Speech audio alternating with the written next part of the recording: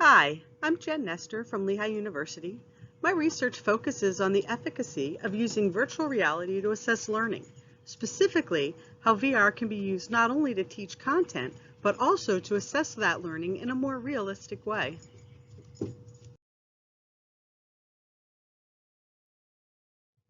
According to the Entertainment Software Association, over 150 million Americans play video games.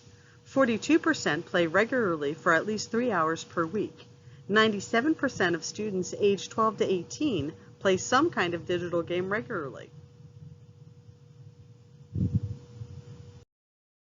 Today's digital natives have become disengaged with traditional instruction and assessments.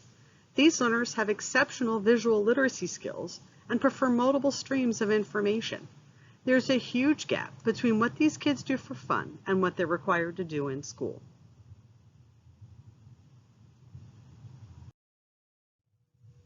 In the United States, school-based teaching and learning is driven by end-of-course standardized assessments and state-level high-stakes exams. Instead of using constructed response items or multiple choice items, gaming can offer a novel way of assessing student learning. Some of the features of a good game that are relevant to assessment design include adaptive challenges, goals and rules, interactive problem solving, control of both the learning and the game environment, ongoing feedback, and sensory stimuli.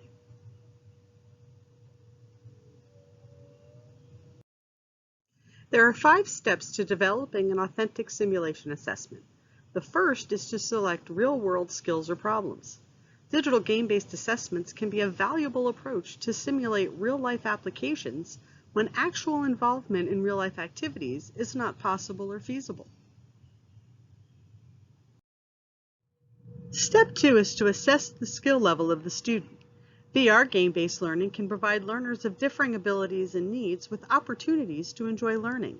In addition, well-designed games can also provide authentic learning opportunities, particularly in the area of VR.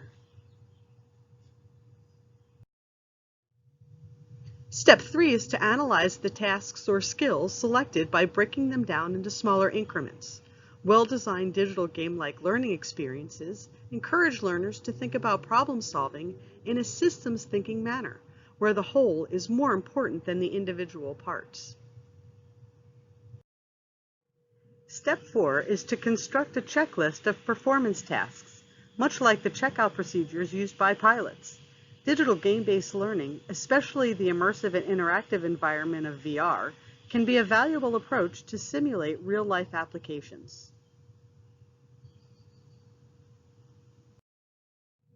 Step 5 is to create a scoring rubric by assigning a weighted point value to each checklist item and identify the simulation's fail points.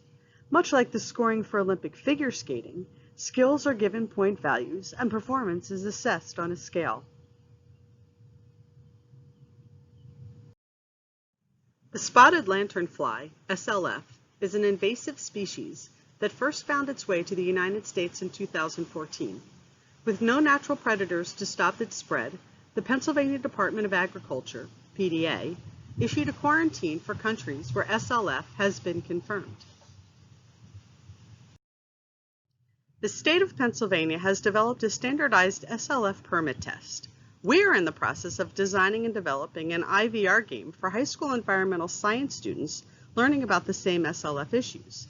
Design principles addressed in our game include real-life application, alignment to learning goals, and focus on skill development. The first iteration of the game was designed using Scratch. Players earn points by successfully identifying and killing adult spotted lanternflies as they fall while leaving dragonflies, ladybugs, and bats to their own devices. Players lose points for killing other species and win by killing 10 SLF in 20 seconds. Using animations made in Blender, the next iteration of the game will be made in Unity. Players start the game with the same tools of the trade as a certificated inspector would: bags with alcohol, scraping cards, environmentally friendly insecticides, banding materials, and steel-toed boots for stomping. In Level 1, the player might find herself in the parking lot of a shipping company, university parking lot, or a homeowner's driveway.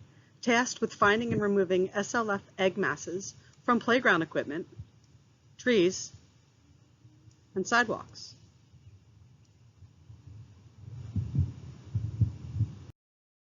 In Level 2, the player will see Stage 1 nymphs emerge from all the egg masses missed in Level 1. While the SLF egg masses can be difficult to identify, oftentimes looking like smudges of mud on a sidewalk or bark on a tree, they're easy to kill. Once they hatch, that's a different story. SLF is a serious invasive pest with a healthy appetite for local plants. It can be a significant nuisance, affecting the quality of life and enjoyment of the outdoors. If not contained, spotted lanternfly potentially could drain Pennsylvania's economy of at least $324 million annually.